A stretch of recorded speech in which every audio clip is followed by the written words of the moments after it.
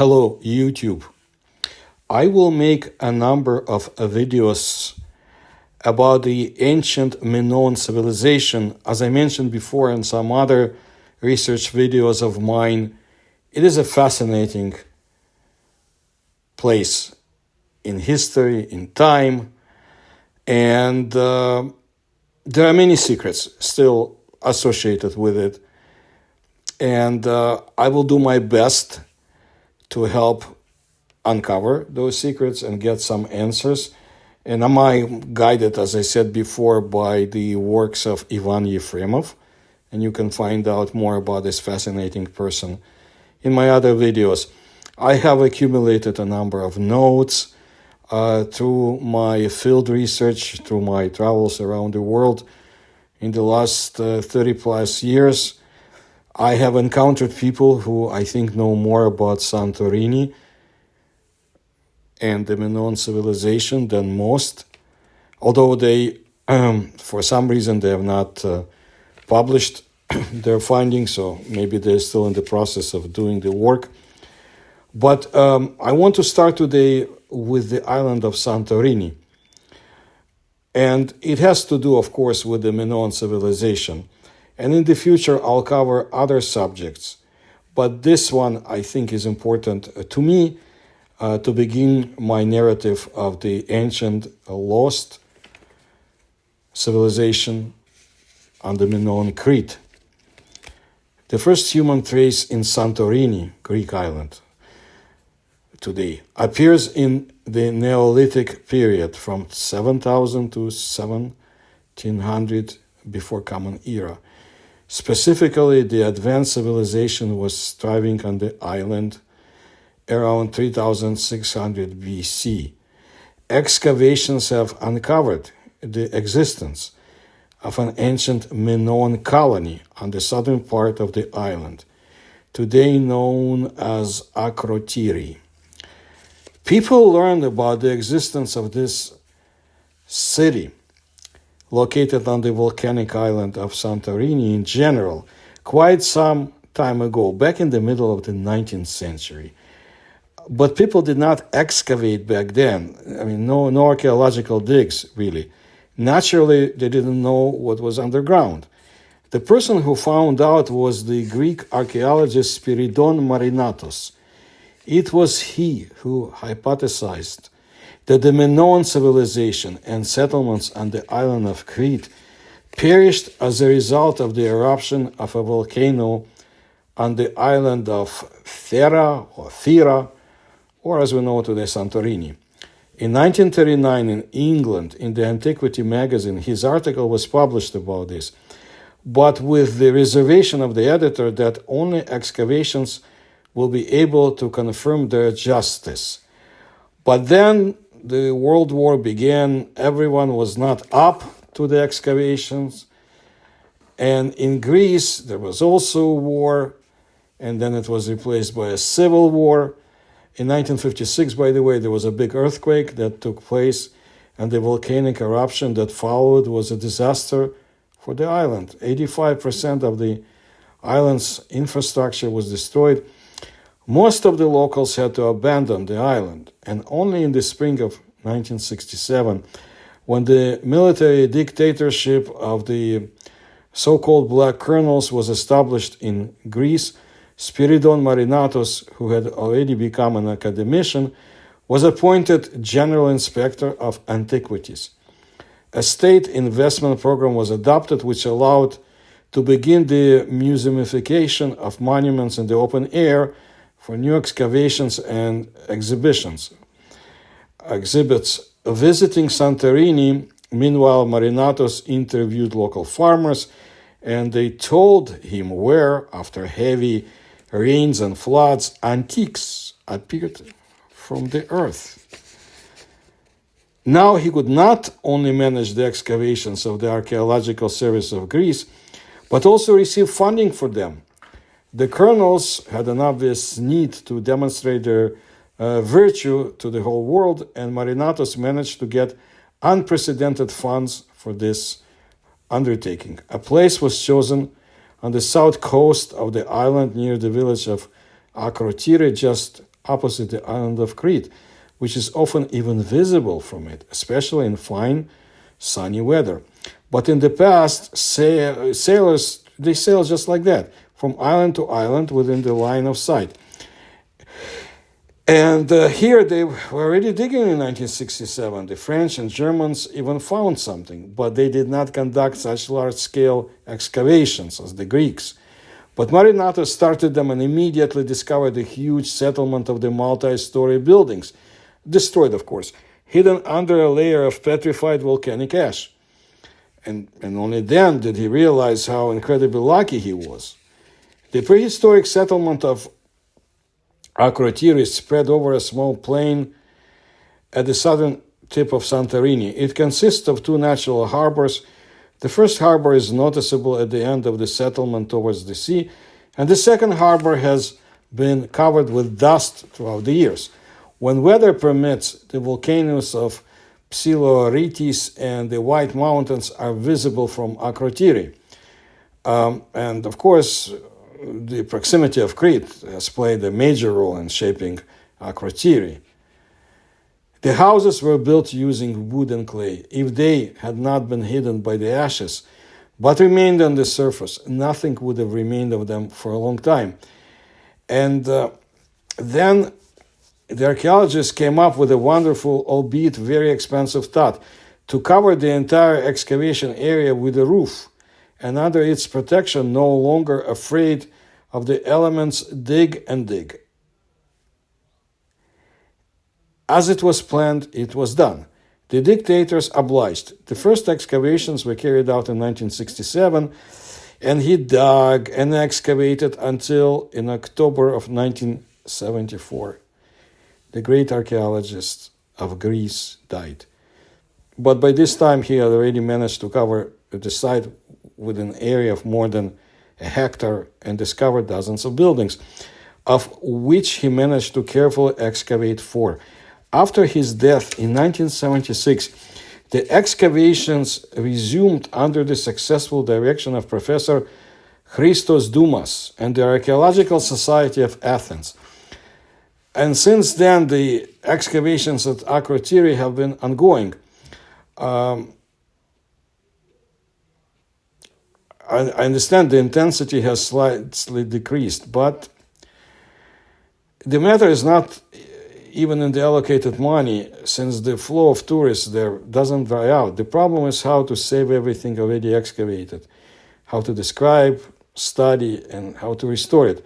Modern science and new technologies today provide a truly fundamental approach to the restoration of artifacts. Now it doesn't come down only to the description, sketching, and photographing the finds, as it was, for example, during the time of Agatha Christie, who was doing it all with her husband, but also to recover the finds from the fragments found. Now the study of ancient techniques, technologies, and materials is being conducted with the aim of learning as much as possible about the thing itself and about its era. It was decided that the restoration should begin already at the excavation stage, while all fragments of the thing are right in front of the eyes, and not be transferred to the museums where employees can do it many years later. It turned out that here in Akrotiri, under a thick layer of volcanic pumice and pozzolana, a mixture of ash and pumice, are the real Pompeii, only much more ancient, where everything has been preserved intact for many millennia. And as a result, Akrotiri was just like God sent for scientists of various specialties. Not only archaeologists came there, but also paleozoologists who study ancient animals, the bones that are found there, paleomalacologist, those who study the ancient mollusks, their shells were also found, paleoichthyologists, paleoentomologists, and paleobotanists. After all, literally survived under the ashes, all of that. There was a unique opportunity to find out what the ancient Minoans ate and drank, what plants they had, and more. Moreover, the area, of course, is seismically dangerous, and we'll speak about it. There were earthquakes in 1999 and 2007, and it was necessary to strengthen the roof and then replace it, since previously used asbestos cement slabs were dangerous to human health. I understand from my notes that in 2005 the roof collapsed. True, the artifacts were not affected, but there was a visitor who was crushed by the roof. So Akrotiri was closed for tourists from 2005 to 2012. Accordingly, excavations were not carried out until 2016. They resumed thanks to Eugene Kaspersky, the Russian programmer whose antivirus programs are used worldwide. I don't think they're used anymore in the United States, but that's a matter of politics. But apparently it is he who is the main sponsor of archaeological research in Akrotiri at the present time. If I'm mistaken, correct me, but that's what I have. But then again, as often happens, there would be no happiness, like they say, but misfortune helped. To put the pillars under the new roof, it was necessary to dig 150 pit mines with a depth of 20 meters, penetrating through the entire excavation. And these pits made it possible to obtain a complete stratigraphy of the settlement, that is, to see all the soil layers and accordingly all phases of the existence of this settlement. Judging by them, story of the history, the narrative of Akrotiri counts at least 3,500 years. It turned out that this place was inhabited already in the Neolithic era, and further in the Neolithic and Bronze Ages people lived here until the fateful eruption of the volcano. Many of the findings in Akrotiri are simply impressive.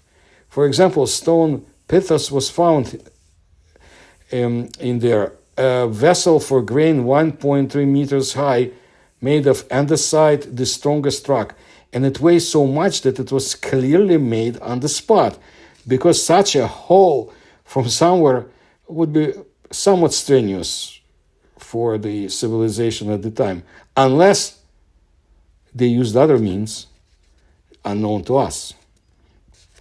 And many ordinary ceramic vessels were found both there and in neighboring Crete and Cyprus. That is, that there was one civilization spread over the islands at that time, no doubt. They found a vessel that served as a hive with the remains of honeycombs, and fish bones were found inside many vessels. So they salted or pickled the fish in them. It turned out that the area of Akrotiri settlement, occupying 20 hectares, was the city centers. However, the agora, the main square, was never found. But nevertheless, this is a real city with a very high level of improvement. The streets have pavements covered with stone or cobblestone.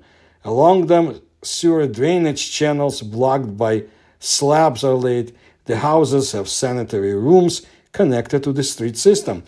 That is, all this was built not by sight, so to say, but according to a single plan and with clear coordination. And there is coordination, which means that there are people who carry it out. That means there is authority or government in place. The city found there were many dwellings of artisans there. These are builders, masons, blacksmiths, shipbuilders, artists, sailors, potters. That is, people not related to agriculture. So someone had to feed them. That is, there was a market where these people bought life support products for their services. And someone brought these products here from somewhere and exchanged them for these services. And if so, then the settlement is clearly not a rural community, but a city. But the political structure of the city is just unclear. There are no palaces characteristic of the island of Crete, or they have not yet been found. There is not a single building that can be called the ruler's house, and only one building claims, and no more. It's like a cult character. All houses demonstrate approximately the same level of culture, and more importantly, the income of their inhabitants. Another interesting fact: coal paleobotanists determined which wood was used by the inhabitants of the city and which wood cultures grew here. And here they grew a pistachio tree, palm tree, tamarisk, oleander, pine. You can't cut long logs from them. So for ships and houses, logs had to be brought to Crete, to continental Greece, maybe in Lebanon, imported from there. That is, trade with different areas of the Mediterranean was very developed on Santorini. As for the food, they grew figs, sesame seeds, almonds, olive, grapes, barley, lentils, a total of more than 50 species of cultivated plants. But how did they have water there? I think that's the key problem on the island. Archaeologists did not find the remnants of the fabric, but from something the inhabitants of Akrotiri sewed sails for their ships. And what did they dress in? How did they make their dresses? It is well known that clothes were dyed yellow, saffron, and purple because findings of purple shells. By the way, weights from looms were also found there. But the most important thing in Akrotiri, some say, are the wall paintings. The fact is that the houses in that city were, as a rule, two-story, and so not a single house was found where at least one room would not have any murals.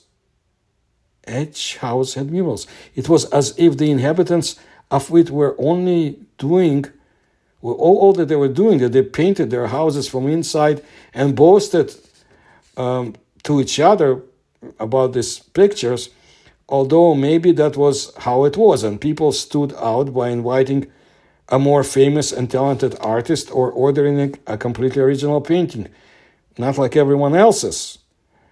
Interestingly, this kind of rivalry has never been seen anywhere else in the Aegean world, only here, only at this time.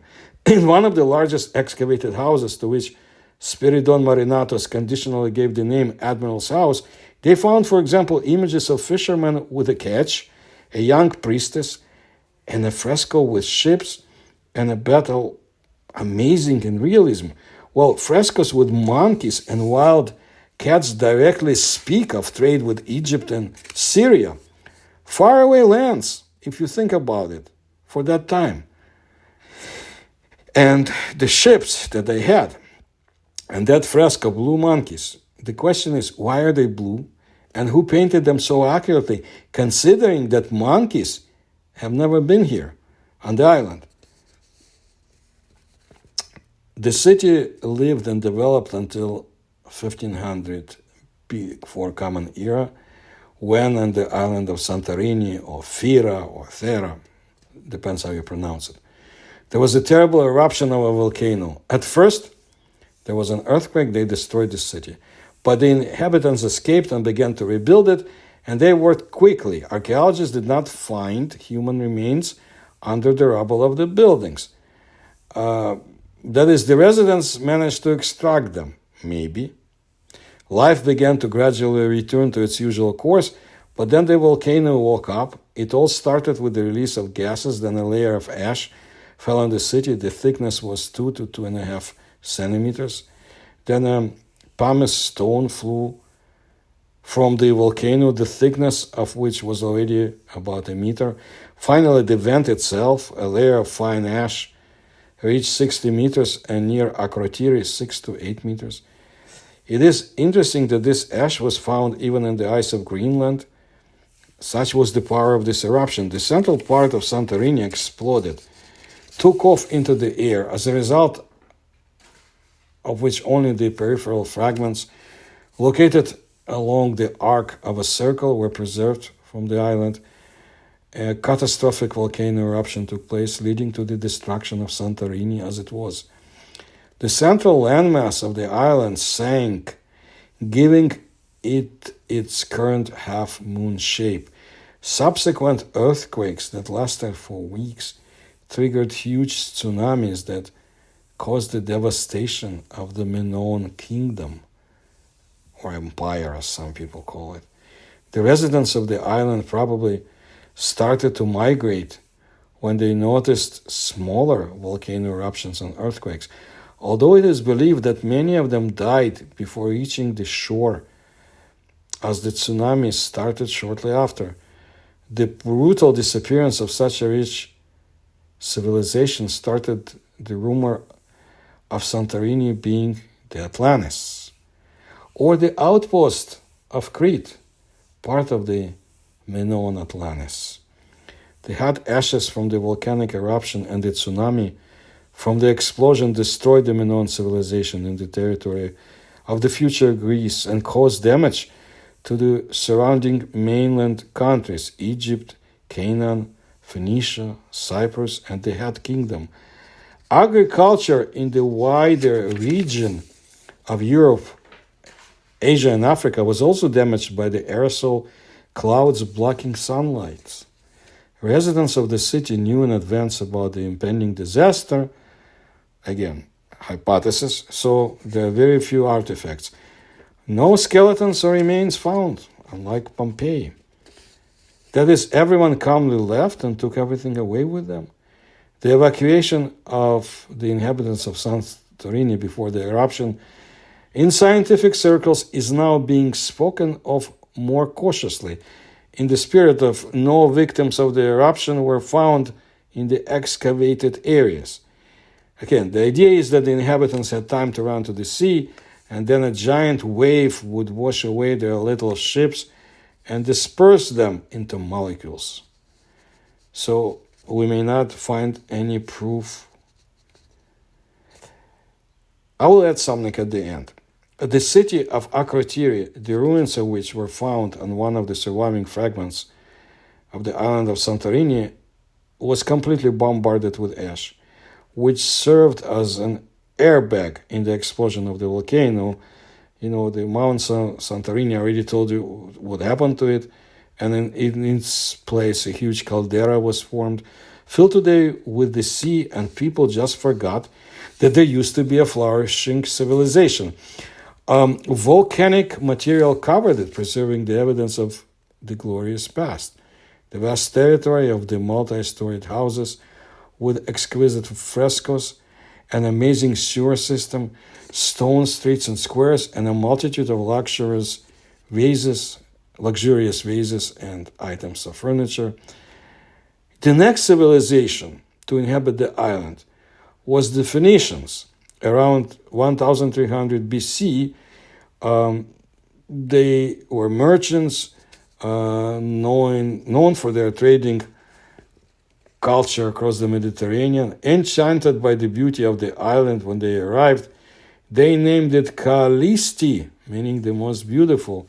In the 9th century, before Common Era, Lacedaemonians, under the rule of Spartan commander Theras, settled on the islands and founded the city of ancient Thera or Phera.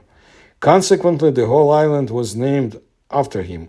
Once again, Santorini's central location in the Aegean contributed to becoming a commerce center between the east and west. The caldera formed by the eruption 3,500 years ago is the unique characteristic that makes Santorini one of the most famous destinations worldwide. Today, the site is covered by bioclimatic roof, and walkways are suspended above the archaeological remains. In some area, paths have been created that allow visitors to walk among the 2- and 3-story buildings. Archaeological work continues today, with exciting discoveries still being made. That's important, by the way. Artifacts from the site are on display of the Archaeological Museum of Thera and the National Archaeology Museum in Athens. So what's the latest? Evidence of previously unknown underwater eruption, one of the largest in the southern Aegean volcanic arc, and no older than the one that wiped out the Minoan civilization, has been discovered by a multinational team of scientists on the island of Santorini. The discovery is rewriting Santorini's geological history, according to Paraskevi Nomikou, a lecturer at the Aristotle University of Thessalonika's geology department and one of the scientists on the mission. The result of the team's discovery has been published in the Nature Group journal Communications, Earth and Environment. According to the paper, the team identified a giant pumice deposit called archaeostuff, which suggests that a shallow underwater eruption of Santorini's prehistoric volcano took place around 520,000 years ago, with a possible deviation of 10,000 years. Thin volcanic pumice deposits from the eruption covered 3 islands. Strikingly, this deposit is 6 times larger than the pyroclastic flow deposits of the Great Explosion that occurred during the Late Bronze Age, about 3,600 years ago, and contributed to the decline or maybe disappearance of the Minoan civilization on Crete. Speaking to the Athens Macedonian news agency after the paper's publication, Nomikou explained that the existence of these ash deposits also on land highlights the importance of deep subsea drilling to reveal all the secrets of islands' volcanic arcs, especially in densely populated areas such as the Mediterranean.